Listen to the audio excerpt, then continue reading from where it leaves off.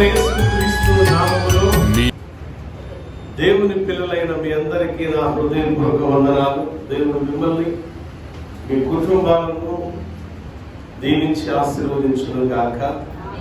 మన channel subscribe చేయని వారు, చేసిన వాళ్ళు కూడా దేవుడు దీవించును గాక. ఇప్పటి వరకు చేయకుండా ఉంటే చేయండి. అలానే నూతనంగా వ్యూవర్స్ ఎవరైతే ఉన్నారో వారిని, వారి కుటుంబాలను, వ్యాపారాలు, ఉద్యోగాలు దేవుడు దీవించుగాక.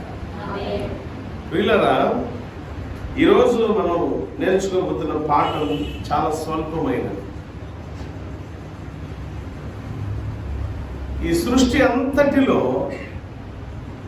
మానవునికి నిరంతరము పరిచయమైనది, నిరంతరం మానవుడు చూసేది ఒక స్వల్పమైన జీవి, చాలా చిన్న జీవి. మరి మనకు నేర్పుతుంది జ్ఞానాన్ని. ఏంటిది? చీమ. మా వల్ల చెప్పారు, ఎలా చెప్పారో నాకు తెలియదు, కానీ నిజమే. అంటే ఏదో ఒకటి చెప్పాలనే ఉద్దేశంతో చెప్పారు, మరి ఎట్లా చెప్పారో నాకు తెలియదు. దేవుడు మిమ్మల్ని దీవించును గాక. చీమ నేర్పే పాఠం ఏంటి తెలుసా? మానవునికి చాలా చాలా అమూల్యమైనవి ఉన్నాయి. ప్రస్తుతానికి నా చేతికి ఎన్ని ఏళ్ళు ఉన్నాయి? కొంతమందికి 6 ఉంటాయి కాబట్టి అడిగాను, ఏమనుకోమాకండి. నా చేతికి 5 ఉన్నాయి. ఈ 5 వేళ్ళకి సంబంధించి నా కుడి చేతికి 5 ఉన్నాయి. కొంతమంది తెలివిగా ఎడం చేతికి 5, కుడి చేతికి 5, 10గా అంటారు. నేను ఈ కుడి చేయి చూపించన్నాను 5 అని. ఈ 5 చెప్పండి. 1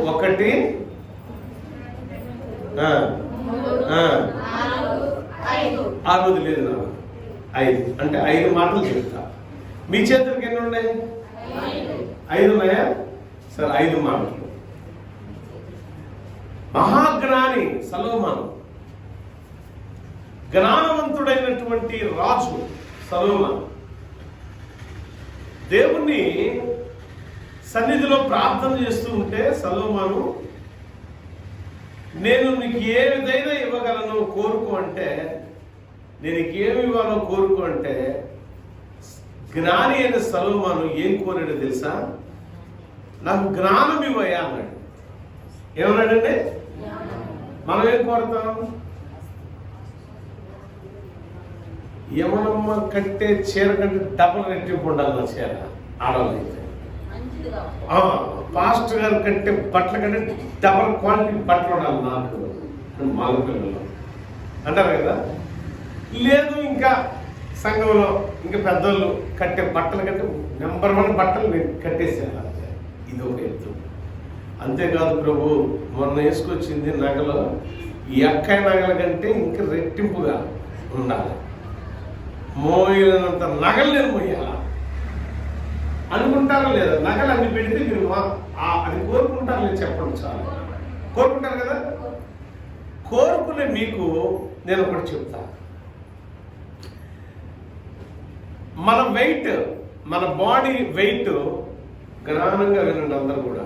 మన బాడీ వెయిట్ ఇలా వెళ్ళి ఆ వెయిట్ మిషన్ మీద నిలబడగానే కొంతమంది 70 ఉంటారు, కొంతమంది 80 ఉంటారు, కొంతమంది 100 ఉంటారు, కొంతమంది 120 ఉంటారు, కొంతమంది 150 ఉంటారు, కొంతమంది 40-45 ఉంటారు. పక్క జీవి, పక్క ప్రాణి. భవానీ కూడా అంతే అయిపోయింది. సరే, వీళ్ళ సునీతలు కూడా అంతే, అమ్మాయి ఝాన్సీ కూడా అంతే, ఇంతే ఉంటారు, తక్కువ సార్ వెయిట్. అయితే నేను అనేది ఏంటంటే 45, సరే 50 అనుకుందాం, 50 కిలోలు ఉన్న మనిషి బరువు ఎంత పోతాడు చెప్పండి? ఇప్పుడు నేనుంటాను, నేను 80 కిలోలు 70 కిలోలు ఉంటా. సరే 70-80 మీ ఇష్టం, 100 వేసుకోండి. బాగా లావుకున్నాను అనుకొని 100 వేసుకోండి. నేను 100 కిలోలు మోస్తానా? 150 కిలోలు మోస్తానా? 200 కిలోలు మోస్తానా? బట్ చేమలో ఉన్న ప్రత్యేకత ఏంటంటే దాని వెయిట్ కంటే 10 రెట్లు మోయగలదు, దాని బరువు కంటే 10 రెట్లు బరువు మోయగలదు. అంటే అది ఎంత భారమైనా సరే అనుకున్న గమ్యస్థానం చేరేంత వరకు కూడా దానికి నిద్ర కూడా రాదు. చీమలు నిద్రపోయినట్టు ఇప్పుడు చూసారా? నువ్వు గురక పెట్టి నిద్రపోతావు, నేను గురక పెట్టి నిద్రపోతాను. దీని గురించి సొలొమోను అంటాడు సామెతలు 6వ అధ్యాయం 4వ వచనం నుంచి 11వ వచనం కొన్ని జ్ఞానయుక్తమైన మాటలను ఈ రోజు మనం ఒక్కసారి ధ్యానం చేద్దాం. మన పాఠం ఇదే. ఇక ఈరోజు నీ కన్నులకు నిద్రైనను నీ కనురెప్పలకు కునుకుపాటైనను నా కుమారుడా, ఒక నిమిషం, నా కుమారుడా నీ కనులకు చెప్పాలి, నిద్రైనను నీ కను రెప్పలకు కునుకుపాటైనను రాని పక్క. అంటే నువ్వు భలే చెప్పేవయ్యో, నిద్రపోకుండా ఎట్లుంటారయ్యా? నిద్రపోకుండా ఉంటారు మనిషి అన్న తర్వాత. నువ్వేం చెప్తున్నావు? కానీ దేవుడు మాట్లాడుతున్నాడు, నిద్ర అనేది నీలో ఉండకూడదు. దేవుని స్తోత్రం, హల్లెలూయా. చీమకు నిద్ర లేదండి. తెలుసా మీకు? ఎంత ఉండింది చీమ? ఎంత ఉండిందా? ఎంత ఉండింది? చాలా స్వల్పమైనది. నిద్ర ఎరుగనిది, నిరంతర శ్రామికుడు చీమ. దాన్ని చూసి నువ్వు నేర్చుకో బిడ్డా అని మాట్లాడుతున్నాడు సొలొమోను ద్వారా దేవుడు. నా ప్రియ కుమారుడా, నా ప్రియ కుమార్తె, నీ కన్నులకు నిద్ర రానివ్వబాక, నీ కనురెప్పల కునుకు రానివ్వబాక. తర్వాత వేటకాని చేతులు. వేటకాడంటే ఎవడో తెలుసు ఇక్కడ. ఎందుకు నువ్వు నిద్రపోబాకు, ఎందుకు కనురెప్పల కునుకు రానివ్వబాక అంటున్నాడు తెలుసా? ఒకవేళ నిద్రపోయి నీ కనురెప్పలు కునుకొచ్చి గాఢ నిద్రలో నువ్వు ఉంటే ఎలా ఉంటావంటే వేటకాని ఊరిలో పడిపోతావు. వేటకాడు అంటే ఎవరో కాదు, ఇక్కడ అపవాది అయిన సాతాను. సాతాను ఊరుల్లో మనం పడిపోతాం. సాతాను ఊరుల్లో మనం పడిపోతే, సాతాను ఊరుల్లో చిక్కుకుంటే మన బ్రతుకు అంధకారం అయిపోతుంది, మన బ్రతుకు చీకటి అయిపోతుంది, మన బ్రతుకు సమాధానం లేని జీవితంలో మారిపోతుంది, మన బ్రతుకులో నెమ్మదే ఉండదు. ఎప్పుడైతే మనుష్యుడు వేటకాని ఊరిలో పడతాడో, ఏ మనుషులైతే వేటకాని ఊరిలో పడి ఉంటారో ఆ మనుషులు నివాసం చేసే కుటుంబం ఎలా ఉండిద్దంటే శాంతి ఉండదు, సమాధానం ఉండదు, నెమ్మది ఉండదు. బట్ చీమను చూసి నేర్చుకోబిడ్డ అంటున్నాడు ఇక్కడ. కింద వచనాల్లో చదవండమ్మా, ఏమంటున్నాడు? జ్ఞాని అయిన సొలొమోను అంటున్నాడు, వేటకాని చేతి నుండి లేడి తప్పించుకొనినట్లు, ఎరుకవాని చేతిలో నుండి పక్షి తప్పించుకొనినట్లు తప్పించుకొనుము. సోమరి, ఒరేయ్ నిద్రపోతా, నిరంతరం ఒకటి చిన్న కునికేద్దామన్నట్టు నిద్రపోతున్నవాడా, జ్ఞాపకం చేసుకో.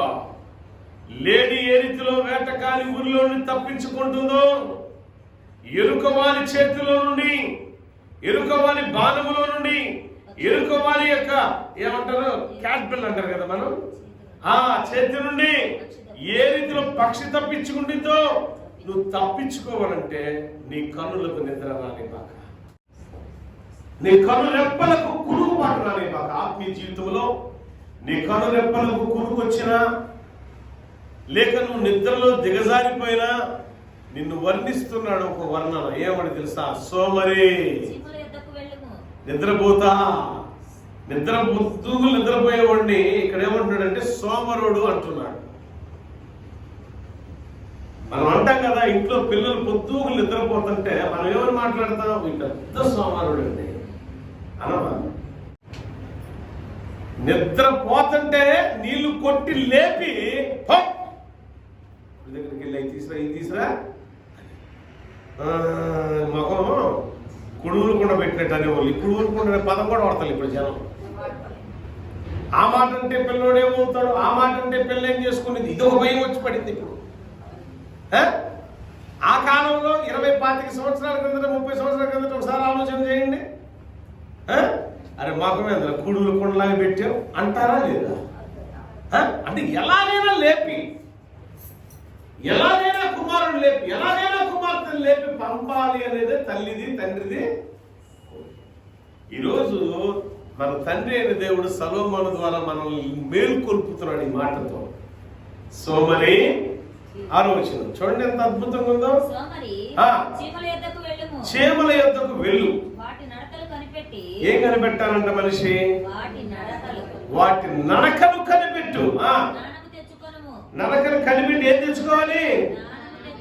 వాటి నడతలు కనిపెట్టి జ్ఞానము తెచ్చుకొనుము. వాటికి న్యాయాధిపతి లేకున్నను, పై విచారణకర్త లేకున్నను, అధిపతి లేకున్నను, అవి వేసవి కాలముందు ఆహారము సిద్ధపరచుకొనును. వాటికి ఎవరుండరంట? న్యాయాధిపతి, అధికారులు, అధిపతులు, విచారణకర్తలు లేరు. అయినా సరే తన క్రమము ఎలా ఉంటుందో చూడండి. కాలమునకు తగినట్టు ఆహారాన్ని సిద్ధపరచుకుంటుంది. అది నిరంతర శ్రామికుడు. చీమ అనేది చాలా స్వల్పమే. మానవుడికి బోధిస్తుంది ఏంటంటే చీమ అనేది నిరంతర శ్రామికుడు, అది నిద్ర కూడా పోదు. చీమలో ఉన్న తత్వం ఏం తెలుసా? నేను 5 పాయింట్స్ చెప్తానన్నాను. చీమలో ఉన్నది ఏంటంటే మొట్టమొదటి ధైర్యముగా ఉండమని చెప్తుంది. అది ఏం చెప్పిందంట చీమ? ధైర్యం. అరే స్వల్పమైన చీమ ఈరోజు నీకు నేర్పుతుంది ధైర్యముగా ఉండు అని. ధైర్యంగా ఆహారాన్ని సమకూర్చడం. ఎందుకు ధైర్యం ఉండాలి? దానికి రాజు ఉన్నాడా? అధిపతులు ఉన్నారా? విచారణకర్తలు ఉన్నారా? లేరు. కానీ తన యొక్క గమ్యస్థానం చేరేంత వరకు కూడా ఒకవేళ ఉన్న కాలు ఊడిపోయినా అది పాక్కుంటూ గమ్యస్థానం చేరుతుంది, కానీ వెనక్కి మాత్రం వెళ్ళదు. చూడండి. మరి మనమైతే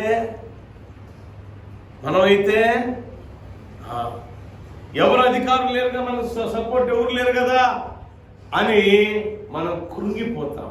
బట్ చేమేమి నేర్పుతుందంటే కృంగిపోకుండా ధైర్యముగా ముందుకు అడుగు వేయండి అని నేర్పుతుంది. క్రైస్తవ జీవితంలో ఎన్ని రకాల ఆటంకాలు ఎదురైనా ధైర్యంతో ముందుకు అడుగు వేయటం నేర్చుకో. సరే, చీమల మీద పెత్తనం చేయడానికి రాజులు ఉన్నారా? లేరు. విచారణకర్తలు ఉన్నారా? లేరు. అధిపతులు ఉన్నారా?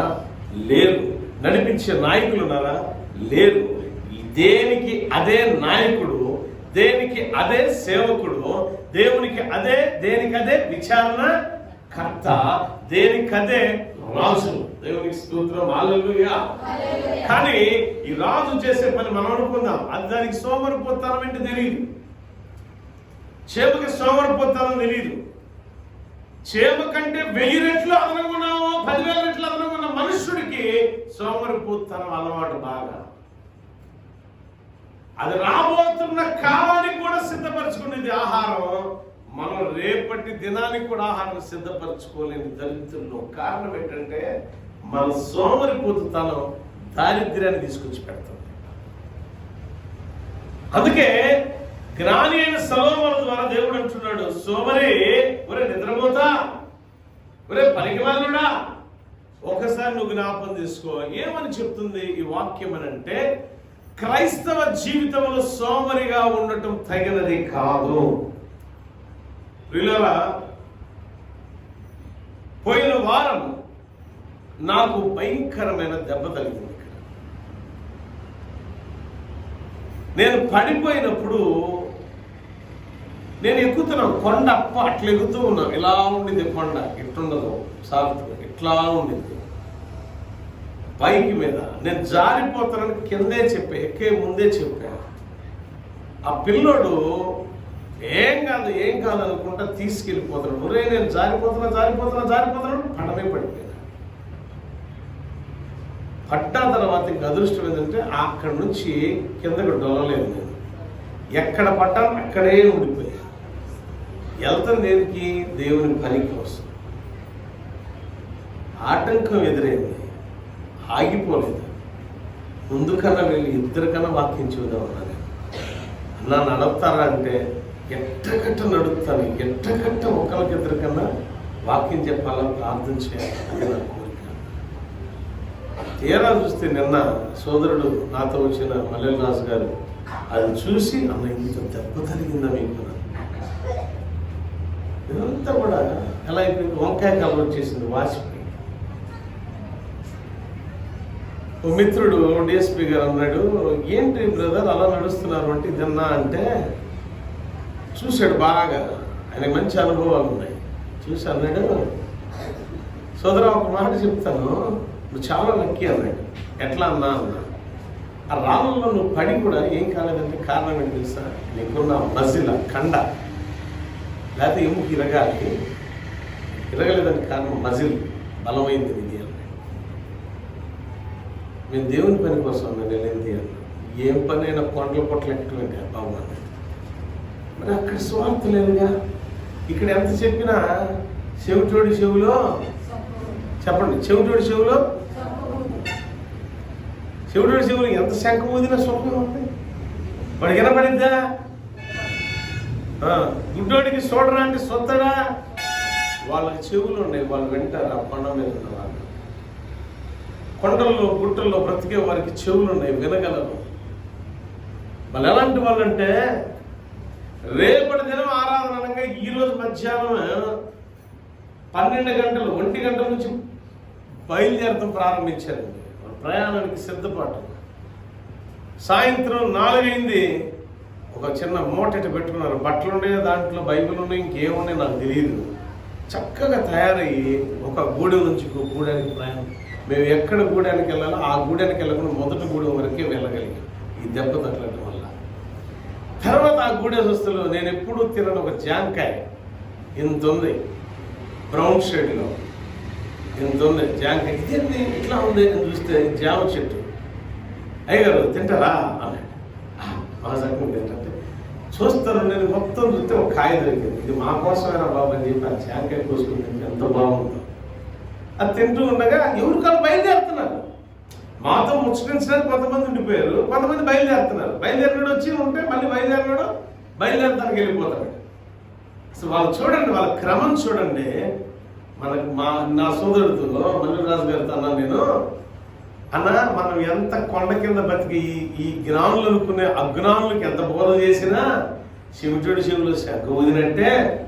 కానీ ఇలాంటి కోయ జాతీయులకు వాక్యాన్ని అందిస్తే వీరు ప్రకాశమానంగా వెలుగొందేటట్టున్నారు అన్నారు.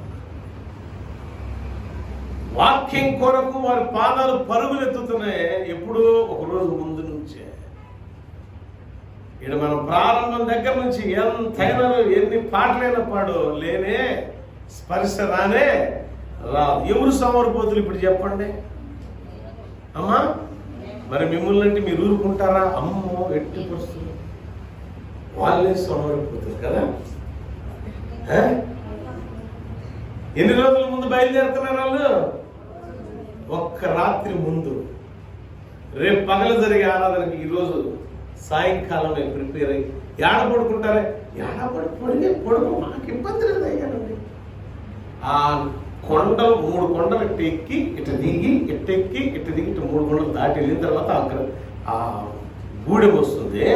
ఆ గూడానికి టౌన్ నుంచి కొండ కింద నుంచి 2 మనుషులు చొప్పున, 2 అంటే మనిషికి ఒక రాడ్ చొప్పున చర్చి కట్టడానికి దాదాపు 7 కిలోమీటర్లు కొండలెక్కి దిగుతూ రాడ్డులు మోసుకుంటూ ఒక్కొక్క సిమెంట్ బస్తాని 2 చొప్పున సగం చేయటం, సగం ఒకళ్ళు, సగం ఇంకొకరు, ఇలా 7 కిలోమీటర్లు కొనసాగింది వాళ్ళు. ఎక్కడ జనరల్గా ఇలాంటి రోడ్ల మీద కాదు, కొండల మీద వెళ్ళి చర్చి కట్టారు వాళ్ళు.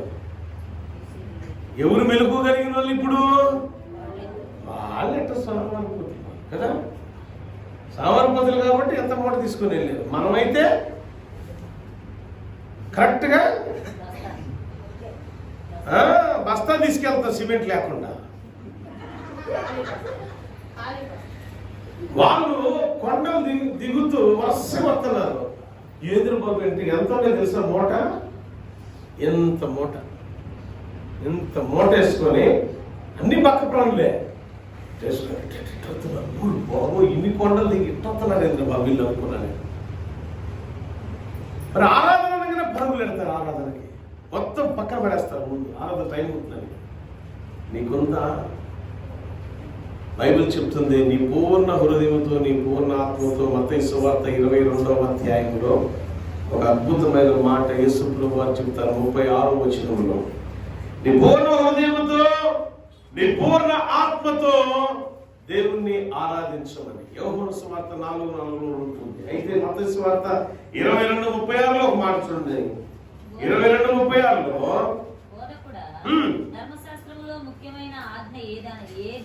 ఆజ్ఞల గురించి, అంటే క్రైస్తవ జీవితంలో మనకి చాలా ప్రాముఖ్యమైన వాటి గురించి, రెండింటి గురించి మాట్లాడుతున్నాడు. క్రైస్తవుడా, నువ్వు నిజముగా మెలకువగలిగిన వ్యక్తిగా, యేసుప్రభువు వారు కూడా ఒక మాట అన్నారు. ఆయన తండ్రి యొద్దకు వెళ్ళబోయే ముందు కూడా ఆయన ఏం చెప్పాడు తెలుసా? మెలకువగా. అందరు చెప్పాలా? ఎలా ఉండాలంటే మనం క్రైస్తవుడు మెలకువతో ఉండాలా. మెలకువ లేకపోతే వేటకాని ఉరిలో పడిపోతాం. మెలకువ కలిగి ఉండుట క్రైస్తవ యొక్క జీవితంలో క్రైస్తవుడికి ఉండవలసిన తత్వం. క్రైస్తవుడికి ఉండవలసిన జ్ఞానం ఏంటంటే మెలకువ. మెలకువ అనేది చాలా ఇంపార్టెంట్ మన జీవితంలో.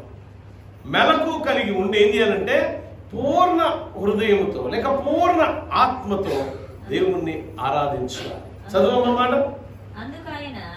నీ పూర్ణ హృదయముతోను నీ పూర్ణ ఆత్మతోను నీ పూర్ణ మనసుతోను నీ దేవుడైన ప్రభువుని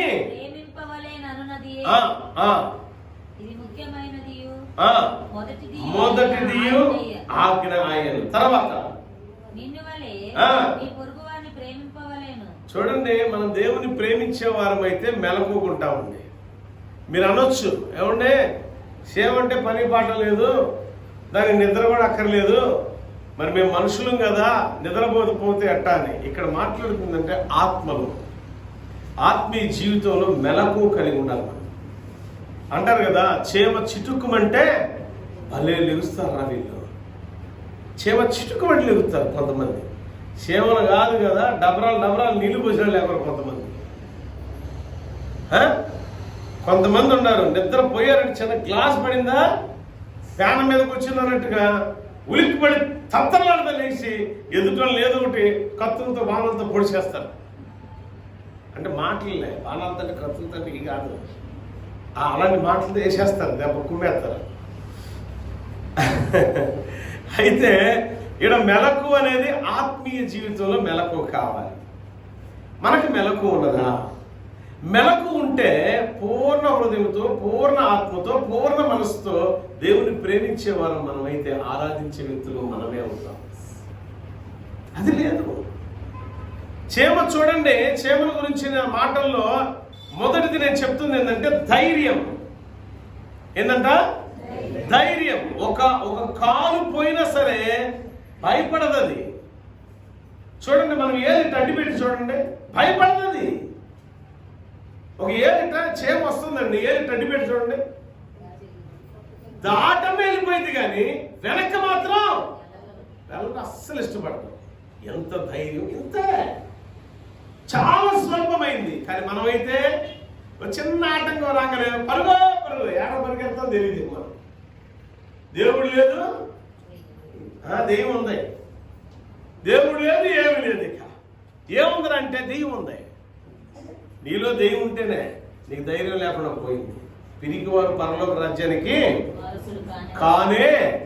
ఎన్ని కోట్లు పెట్టినా వారసులు కాదు, ఎన్ని లక్షలు పెట్టినా, ఎంత బంగారం చూసినా కేజీలు కాదు, బండెలు, లేకపోతే టన్నులు, లేకపోతే కింటాలు అంటారు కదా. ప్రొక్లైనర్తో చూసినా కానీ బంగారం నువ్వు పరలోక రాజ్యానికి వెళ్ళే పని లేదు, నువ్వు పిరికుడు కాబట్టి. అది డిక్లరేషన్ ఇచ్చేసాడు దేవుడు. పరలోక రాజ్యానికి పోవాలంటే పిరిగితనం అనేది నీలో ఉండకూడదు. ఇప్పుడు చేమలో ఏముంది చెప్పండి? చేమలో ఏముందండి? ధైర్యం. నాయకుడు ఎవరు ఉన్నారా చేమలకి? రాజులు ఎవరు ఉన్నారా చేమలకి? అధిపతులు ఎవరు ఉన్నారా? విచారణకర్తలు ఎవరు, న్యాయాధిపతులు ఎవరు ఉన్నారా చేమలకి? లేవు. అయినా మొక్కువని ధైర్యంతో ముందు పడుతుంది. నిరంతర శ్రామికుడు చేమ. అందుకే అలాంటి చేమ దగ్గరకు వచ్చి ఒక్కసారి దాని నడతలు ఎలా ఉండే చూడు బిడ్డ అని మాట్లాడుతూ సామెతల గ్రంథంలో 7వ వచనంలో వాటికి న్యాయాధిపతి లేడు, విచారణకర్త లేడు చెప్తూ 8వ వచనం అంటాడు, అవి వేసవి కాలమందు ఆహారము సిద్ధపరచుకును, కోత కాలమందు ధాన్యమును. ఎప్పటి కాలములకు చేమలో ఉన్న. ఇంకొకటి ఏంటంటే, ఒక మాట నేను చెప్పిన ధైర్యం అని, రెండవ మాట ఏంటంటే ఆటంకాలను అధిగమించి గమ్యాన్ని చేరుతుంది తప్ప వెనుతిరిగిపోదని. ఆటంకాలను అధిగమించి గమ్యాన్ని చేరే తత్వం చేమలో ఉంది. అంటే క్రైస్తవ జీవితంలో సొలొమోను భక్తుడు చేమలను వాటి నడతను చూడు అన్నాడు. అంటే క్రైస్తవం యొక్క గమ్యం ఏంటి? క్రైస్తవుల యొక్క గమ్యం ఏంటమ్మా? గమ్యం అంటే తెలుసా? అంటే పరలోకానికి వెళ్ళేంత వరకు ఆటంకాలు ఎన్నొచ్చినా గమ్యస్థానానికి వెళ్ళాలి. అది గుర్తుంచుకోవాలి. గమ్యస్థానానికి వెళ్ళాలి అంటే ఏం చేయాలి? చక్కగా ఇంట్లోనే టీవీ పెట్టుకొని చూసినంతసేపు చూసి నిద్రపోయినంతసేపు చెప్పాలి, వాస్తవాలు చెప్పాలి. నిద్రపోయినంతసేపు నిద్రపోవాలి.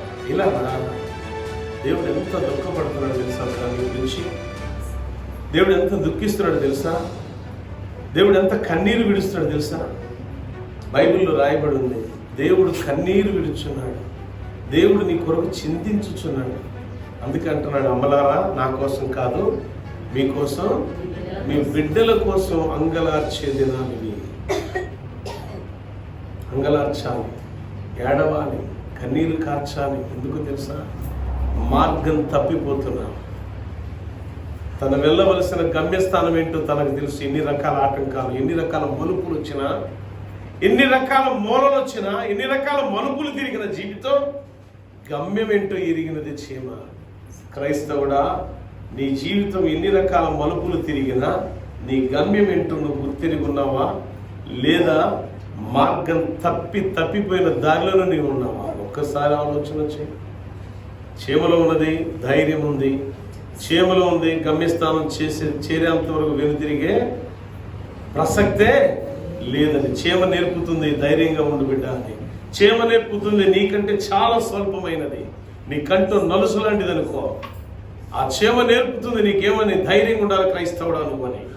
ఆ చీమ నేర్పుతుంది గమ్యస్థానం చేరేంత వరకు ఎన్ని రకాల ఆటంకాలు, అడ్డుగోడలు, ఎన్ని రకాల మలుపులు తిరిగినా గమ్యం చేరటం అనేది నువ్వు మర్చిపోకూడదు అని.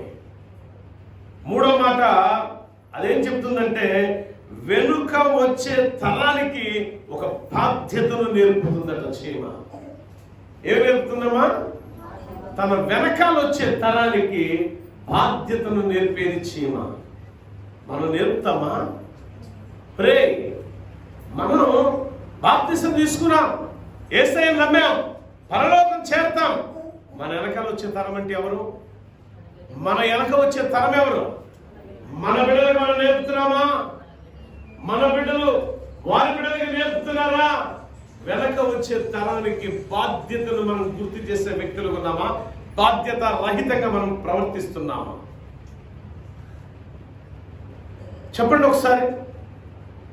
మీరందరూ బాధ్యత ఉన్నదా మనకి? చీమ ఒక బాధ్యత కలిగి ఉన్నది. వెనక వచ్చే తరానికి బాధ్యత నేర్పుతుంది. ఏంటో తెలుసా? ధైర్యంగా ఉండమని. ఏంటో తెలుసా? మలుపులు వస్తాయి. మలుపులు ఎన్ని మలుపులు వచ్చినా గమ్యస్థానం, ఎన్ని రకాల ఆటంకాలు వచ్చినా, ఎన్ని రకాల అవరోధాలు వచ్చినా గమ్యస్థానం నిజమే. చీమ తన మార్గంలో వెళుతున్నప్పుడు ఒక్కసారి ఒక ఉరుమి తవేలో చినుకు పడ్డా సరే వెనక్కి పారిపోతుంది. నీరంటాడు నాలంటాడు చీపిరి పెట్టాడు ఊడుస్తాడు అనుకో, లేదా ఏదో ఏదైనా కర్రెంట్ అడ్డు పెట్టాడు అనుకో, అవసరమైతే ఆ కర్రను పక్కకి మలుపు తిప్పుకొని గమ్యం చేరుతుంది. అది నేర్పుతుంది. అంటే బాధ్యత, ఇలా ఉండాలి అని ఒక బాధ్యత నేర్పుతుంది. బిడ్డ నువ్వు ధైర్యంగా ఉండాలా క్రైస్తవ జీవితంలో. బిడ్డ మన గమ్యం ఏంటో తెలుసుకొని ఉండాలి. ఇది చెప్తుంది. ఈ బాధ్యతను ఎవరు చెప్తుందంటే వెనక వచ్చే తరానికి చెబుతుంది. మనుషులమైన మనకి బోధిస్తుంది. మన వెనక వచ్చే తరం మన బిడ్డలకు మనం ఏం బోధ చేస్తున్నాం? ఏం బోధ చేయలేకపోతే మన బిడ్డలు దేవుని సన్నిధికి, దేవునికి, మనకు దూరం అయిపోతున్నారు. చాలా విచారకరమైన బాధ. నేనైతే చెప్తున్నా, నా పిల్లలు, నా తదనంతరం నా పిల్లలు మంచి సేవ చేయాలని నా కోరిక. ఎందుకు తెలుసా? మంచి మార్గములో నడిస్తే పరలోకానికి వారసురాలు అవుతారు.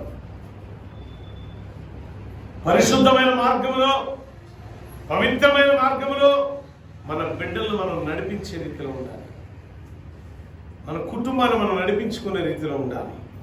అయ్యా ఆటంకాలు వస్తాయి, అమ్మా అవరోధాలు వస్తాయి, అయా సమస్యలు వస్తాయి, అయా శ్రమలు వస్తాయి. అయినా సరే, ఉపద్రవాలు వచ్చినా సరే, మన గమ్యస్థానం చేరకుండా మనం ఇంటి పరిస్థితుల్లో దారి తప్పి పోకూడదు. క్షేమ నేర్పుతుంది నీకు. తర్వాత సామెతల గ్రంథము ఈ 6వ అధ్యాయములో చూడండి, 8వ వచనం ఒకసారి మరలా చదవండి. అవి వేసవి కాలములకు ఆహారం సిద్ధపరచుకును, కోత కాలములకు ధాన్యమును. సోమరి ఎందాక నీవు పడుకుందు, ఎప్పుడు నిద్ర లేచుదువు? కొంచెం నిద్రించదనని, కొంచెం కునికెదనని, కొంచెం సేపు చేతులు ముడుచుకొని పడుకుందనని నీవు అనుకునుచుందువు. అయితే దోపిడిగాడు వచ్చినట్లు దారిద్ర్యము నీ దగ్గరకు వచ్చిందంట. ఏమొచ్చిందంటే పడుకుంటే చెప్పండమ్మా.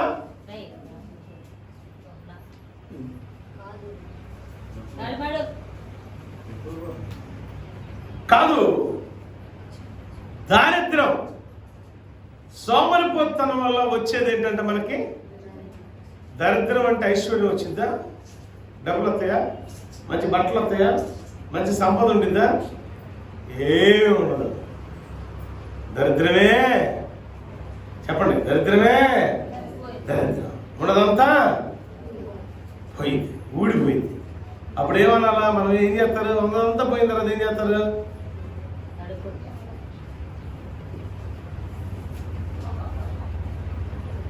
ఏమవుతారమ్మా? ఏంటంటే దరిద్రం. ఈ పడుకున్నవాడు అనుకుంటాడు చేతులు నాన్న పెట్టుకొని ఇంకా మమ్మీ లేపా కాసేపు, డాడీ లేపా, ఇసుకించబడినాను. అసలు ఏమనుకున్నా నిద్ర అంటే? ఈ నిద్ర తెచ్చిపెట్టేది ఏంటంటే బైబిల్ చెప్తుంది, దారిద్ర్యాన్ని తీసుకొచ్చి పెట్టేది. నిరంతర శ్రామికుడు క్షేమ.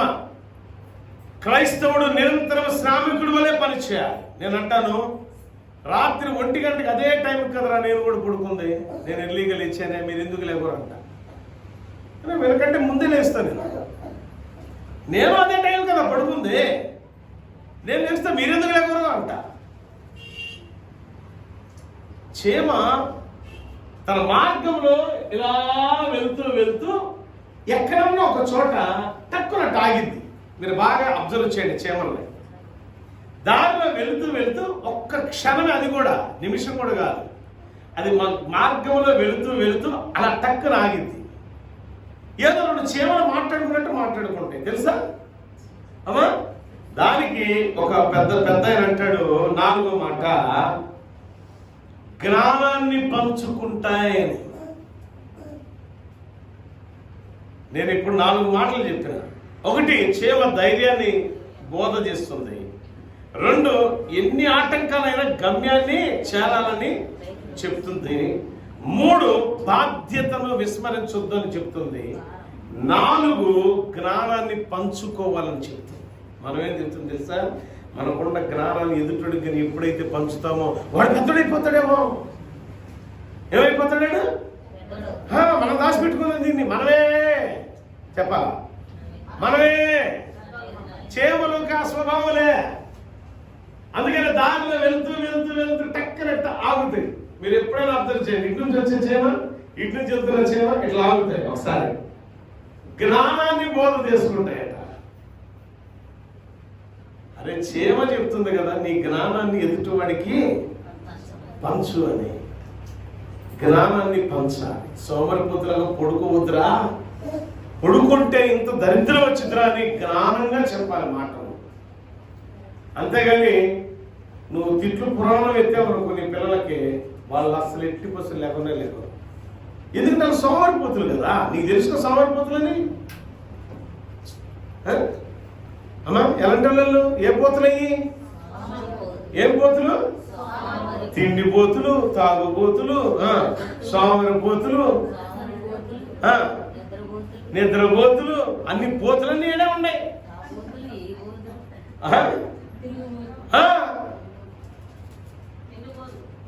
అవన్నీ చెప్పేసి ఈ పోతులన్నీ మన ఇంట్లోనే ఉంటాయి. అవి పోవాలంటే మనం బాధ్యతను బోధించాలి, మనం జ్ఞానాన్ని బోధించాలి. 5వ మాట నేను క్లోజ్ చేస్తున్నా, పరిస్థితులకు అనుకూలంగా నడుచుకోవడం నేర్పించాలి. చెప్పండి, 5వ మాట ఏంటి?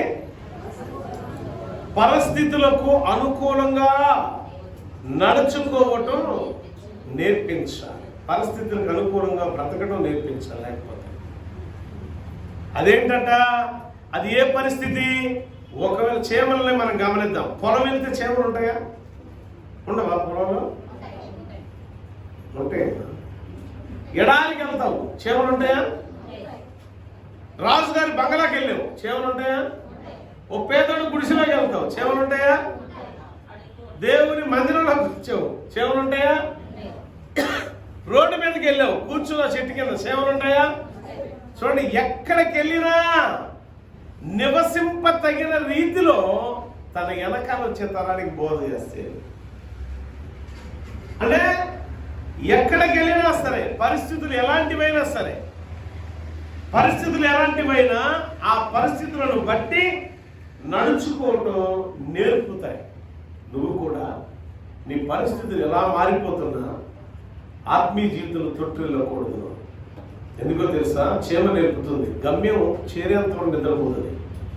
నీవు కూడా పరలోక రాజ్యం చేరేంత వరకు నిద్రపోకూడదు. ఒకవేళ నువ్వు నిద్రమత్తులో ఉంటే దరిద్రమే కాదు, వేటగాని ఉరిలో లేక ఉచ్చులో పడిపోతావు.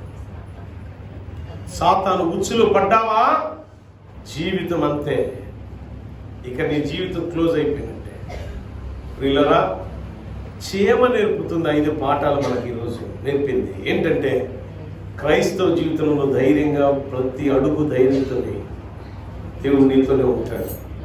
పిరికి వాళ్ళగా అడుగులు వేయక ధైర్యంతో అడుగు వేయి, దేవుడు నీ అడుగులు స్థిరపరుస్తాడు. అంతేకాదు, గమ్యం చేరేంత వరకు ఆటంకాలను అధిగమించుకుంటూ వెళ్ళు. గమ్యం చేరేంత వరకు నీ గమ్యస్థానం నువ్వు మర్చిపోబాక. 3వది, నీ బాధ్యతని వెనకాల వచ్చే తరానికి తెలియపరచు, నేర్పు. ఎలా బాధ్యతగా బ్రతకాలి, ఎలా బాధ్యతగా ఉండాలో నేర్పాలి మనం. 4వది, నీకున్న జ్ఞానాన్ని ఎదుటివాడికి పంచటం నేర్చుకో. 5వది, పరిస్థితులు ఎలాంటి పరిస్థితులు వచ్చినా సరే మన బిడ్డలకు ఏమి నేర్పాలంటే, ఎలాంటి పరిస్థితుల్లోనైనాను దేవునికి అనుకూలంగా బ్రతకటం నేర్పాలి. పరిస్థితులు ఎలాంటి తారుమారైపోయింది వచ్చాము. ఒకప్పుడు బాగా బ్రతికావు, నీ యొక్క వ్యాపారం లేక నీ ఉద్యోగము గొప్పగా దేవుడు గొప్పగా దీవించి ఎన్నో ఉన్నతమైన పరిస్థితులను చూస్తుండొచ్చు. ఈరోజు ఏమి లేకపోవచ్చు. పరిస్థితులకు అనుకూలంగా బ్రతకటం నువ్వు నేర్చుకుని నీ బిడ్డలకు నేర్పాలి. కారణం ఏంటంటే, నువ్వు క్రైస్తవుడు కాబట్టి. మహిమ సింహాసనాన్ని విడిచిపెట్టి వచ్చాడు యేసుప్రభు. దీనుడై వచ్చాడు ఆయన. మహిమ సింహాసనం మీద ఆయన ఆసీనుడై ఉన్నప్పుడు, ఆ మహిమ సింహాసనం మీద ఆసీనుడైన దేవాది దేవుడు ఎలా ఉండాలో అలా ఉన్నాడు. కన్య గర్భమందు జన్మించి పశువుల పాకలు పుట్టి దావీదు కుమారుడుగా, నజరేయుడైన యేసు క్రీస్తు వారిగా, మరియ యేసే పుత్రుడిగా, దేవుని కుమారుడిగా ఎలా బ్రతకాలో, ఎలా నడుచుకోవాలో నడుచుకున్నాడో, ఆ పరిస్థితులకు అనుకూలంగా జీవించాడో. తన గమ్యం ఏంటో ఎరిగి ఉన్నాడు కాబట్టి పరిస్థితులకు అనుకూలంగా జీవించి మనలా మహిమ ప్రవేశము చేశాడు యేసుప్రభు. క్రైస్తవుడైన ప్రతి ఒక్క వ్యక్తి కూడా జ్ఞానం లేకపోతే చేమల దగ్గరికి వెళ్ళి జ్ఞానాన్ని నేర్చుకోవాలి. చిన్నప్పుడు మజ్జిగ తాగుతుంటే చేమలు పట్టే, అరే చేమలో లోనకి వెళ్ళిపోతే జ్ఞానం ఎక్కువ వచ్చిందంటే, ఆ చేమలు తీయగలిగిన వాళ్ళు తీసి మిగతా తాగేసేవాళ్ళు. కళ్ళు బాగా కనపడతాయి వాళ్ళు. మళ్ళీ కానీ చీమల గురించి ఇంకా నేను మీకు చెప్తాను. చీమలు ఎన్ని రకాలు ఉన్నాయి, ఎన్ని రకాల చీమలు ఉన్నాయి, దాంట్లో హానికరమైన వ్యక్తిగతంగా చెప్తా, ఎపిసోడ్లో కాదు కానీ వ్యక్తిగతంగా చెప్తాను. ఆ చీమలు మనకి నేర్పే పాఠం భారీ కాయలు, ఒక్కొక్కడు 150 కేజీలు, 100 కేజీలు, 80 కేజీలు, 90 కేజీలు, 70 కేజీలు, 60 కేజీలు, 50 కేజీలు, 40 కేజీలు, 45 కేజీలు ఉన్న మనుషుడు స్వల్పమైన చీమను చూసి జ్ఞానం నేర్చుకోమని అంటే ఆ చీమకి ఎంత జ్ఞానం ఉందో ఆలోచన చేయండి. సో అందుకని దేవుణ్ణి పూర్ణ మనసుతో, పూర్ణ ఆత్మతో, పూర్ణ మనసుతో, పూర్ణ హృదయంతో ఆరాధిద్దాం, ప్రేమిద్దాం. తోటి మనిషిని కూడా ప్రేమ కలిగి జీవితం. దేవుడి మాటలు దీవించుగాక. ఆమేన్. ప్రార్థన చేసుకున్నాం. మహాగణుడ, మహోన్నతుడా, చీమలకున్న జ్ఞానము మనుషులకు లేదు. తన బరువు కంటే 10 రెట్లు అదనంగా మోయగలిగింది. ఎంత శక్తివాడు! మేమైతే మా బరువు కంటే కనీసం సగమన్న మోయగలుగుతామంటే మోయలేము ప్రభువా. చీమ ఎంత బలమైనది, ఎంత ధైర్యం కలిగింది, ఎంత జ్ఞానం కలిగింది. జ్ఞాన ఉపదేశములు మాకు దయచేయి. ఈ వాక్యం వీక్షించే ప్రతి బిడ్డను దీవించండి. ఈ వాక్యాన్ని ఫార్వర్డ్ చేస్తున్న బిడ్డలను దీవించండి. ఈ వాక్యాన్ని సబ్స్క్రైబ్ చేసిన బిడ్డలను దీవించండి. ఈ ఛానల్ అభివృద్ధి కొరకు మీ కృపాహస్తంతో నడిపించమని, చేరువచ్చిన బిడ్డలందరినీ దీవించమని యేసయ్య శ్రేష్ఠ నామమున అడుగుచున్నాను తండ్రి. ఆమేన్. Praise the Lord. దేవుడు మిమ్మల్ని, మీ కుటుంబాన్ని దీవించి ఆశీర్వదించును గాక. వీళ్ళరా, ప్రతి నెల 1వ తారీఖు ఆన్లైన్ ప్రేయర్ ఉంటుంది. మీ పర్సనల్ ప్రేయర్ రిక్వెస్ట్లు చాలా రాయాలి అనుకుంటే వాట్సాప్లో పంపండి. ఒకే నెంబర్ ఉంటుంది, ఆ నెంబర్కి వాట్సాప్ చేయండి. లేదా ప్రార్థన చేయించుకోవాలనుకున్నా కాల్ చేయండి. దేవుడు మిమ్మల్ని, మీ కుటుంబాలను, మీ ఆత్మీయ జీవితాన్ని వర్ధిల్ల చేయండి గాక. ఆమేన్. God bless you.